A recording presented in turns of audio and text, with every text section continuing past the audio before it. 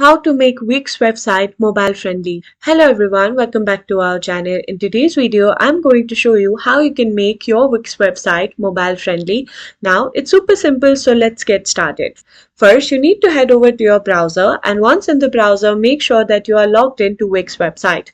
Now that you are logged in, here you can see that this is the site that I have created. Now, if you want to make it mobile friendly, you can see an option over here that says switch to mobile. You need to simply go ahead and click on that. Now from here you can see that this has been switched to mobile. Now if you want to make it mobile friendly, you can go ahead and edit this one. Simply go ahead and reduce the font size of the text if you don't want it this large. And from here you can simply go ahead and edit the chart locations. Let's add it over here.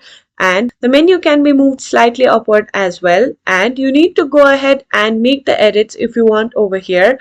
As you can see that this looks quite bigger, so you can simply go ahead and edit this and make this look smaller.